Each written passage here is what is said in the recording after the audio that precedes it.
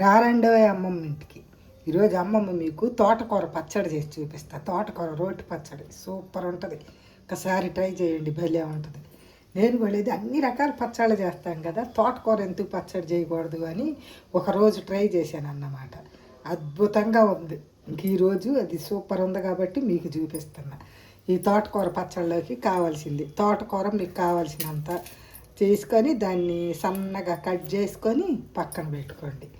ఇంకా దానిలోకి కారానికి సరిపడా పచ్చిమిరపకాయలు, కొంచెం కరివేపాకు, కొద్ది కొత్తిమీర, ఒక టేబుల్ స్పూను ధనియాలు, కొంచెం ఒక అర స్పూను జీలకర్ర, కొంచెం చింతపండు, వెల్లుల్లి, సరిపడా ఉప్పు. ఇప్పుడు దీంతో తోటకూర రోటి పచ్చడి ఎలా తయారు చేయాలో మీకు చూపిస్తాను నేను. ఇప్పుడు తోటకూర పచ్చడి కోసం పొయ్యి మీద బాండి పెట్టాము. కొంచెం ఆయిల్ వేద్దాము. తుంచి పెట్టుకున్న ఎండుమిరపకాయలు, పచ్చిమిరపకాయలు వేసేద్దాం. తుంచకపోతే టపా టపా పడతాయి, పేలుతాయి. అందుకని అవి వేసి కొంచెం వేయించుదాం. పచ్చిమిరపకాయలు ఇలా కొంచెం వేగినాక 2 రెబ్బలు కరివేపాకు వేద్దాం. కరివేపాకు కూడా వేసి ఇప్పుడు కొంచెం ధనియాలు వేసేద్దాం. వీటిని బాగా వేగనిద్దాం. ఇప్పుడు మన పచ్చిమిరపకాయలు, ధనియాలు, కరివేపాకు చక్కగా వేగిపోయింది. దీనిలో జీలకర్రను ఈ చింతపండు వేద్దాం. కొంచెం మెత్తబడింది చింతపండు వేసి 1 నిమిషం నుంచి ఇంక ఇప్పుడు వీటిని వేరే ప్లేట్లోకి తీసేసుకుందాం మొత్తం.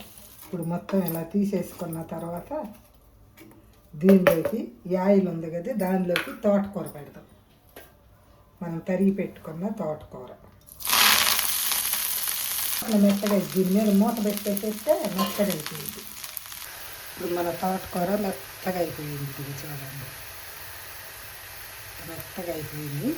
ఇంకా దీన్ని సరిపడా ఉప్పేసి రోట్లో దంచుదాం. ఇది కొంచెం ఆరాలి. ఆరిన తర్వాత ఈలోపు మనం దీనిలో ఉప్పేసి దంచుదాము. అది ఆరిపోయింది. ఇప్పుడు ఈ తోటకూరలో కొంచెం కొత్తిమీర వేసాను. సరిపడా ఉప్పు వేసాను.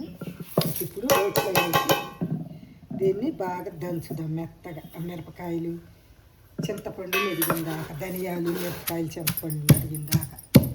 ఇప్పుడు ఈ పచ్చడి బాగా మెదిగింది కదా, దీంట్లో వెల్లుల్లి, తోటకూరను కొంచెం కొత్తిమీర వేసాం కదా, అది వేసేసి రోట్లో ఇంకా పచ్చడి చేద్దాం.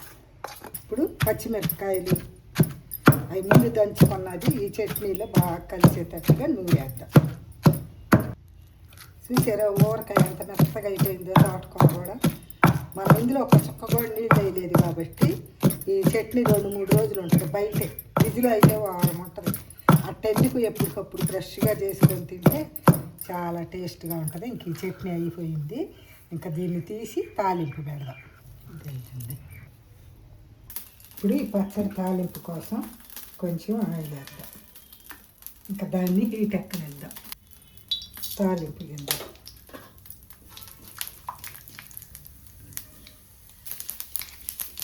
ఇప్పుడు 2 వెల్లుల్లి రెబ్బలు, ఇప్పుడు ఎండుమిరపకాయ, ఇప్పుడు కరివేపాకు. ఇంకా పొయ్యి కట్టేద్దాము. ఈ చట్నీ దీనిలోకి వేసేద్దాం. వేసేసి కలుపుదాం.